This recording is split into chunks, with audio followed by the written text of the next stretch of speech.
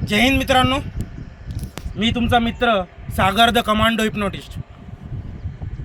बहुतेक लोक म्हणत असतील की सागर हा स्वतःला कमांडो हिप्नोटिस्ट म्हणतो, तर याचे कारण काय आहे? तर आज मी तुम्हाला the deadliest thing what I can do for the country हे सांगणार आहे। मी एक हिप्नोटिस्ट आहे, म्हणजे संमोहन तज्ज्ञ। ज्याप्रमाणे आतंकवादी म्हणजे टेररिस्ट हा स्वतःला बॉम्बने उडवू शकतो, त्याप्रमाणे मी एक हिप्नोटिस्टच्या नजरियेने स्वतःला बॉम्बही बनवू शकतो, ह्युमन बॉम्ब, आणि ह्युमन बॉम्ब देशासाठी सुद्धा बनवू शकतो। This is the deadliest thing I can make for the country. तर ही एक गोष्ट झाली। बरेच लोक मला म्हणतात की तू हिप्नोटिस्ट का म्हणतो, किंवा army navy air force police force कशासाठी करतो? अरे मी करतो, तुम्ही करून दाखवा ना, तुमच्यात हिंमत असेल तर।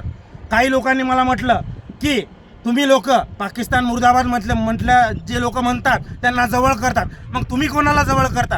पाकिस्तान जिंदाबाद म्हणणाऱ्यांना। माझा हाच संदेश तुम्हाला आहे की आज 14 फेब्रुवारी आहे, आज व्हॅलेंटाईन डे नाही आहे, आज ब्लॅक डे आहे। कारण भारताचे मायने बदललेले आहेत, या हिंदुस्थानचे मायने बदललेले आहेत, या देशाचे मायने बदललेले आहेत।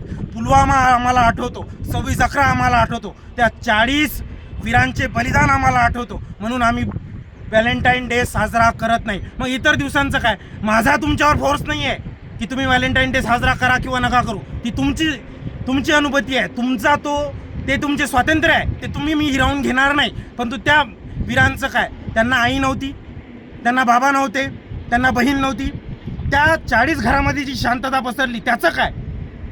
आपल्याला फक्त देशप्रेम 15 ऑगस्ट आणि 26 जानेवारीला दिसतं, त्याच्यानंतरचं काय? जय हिंद, वंदे मातरम, इन्कलाब जिंदाबाद, भारत माता की जय।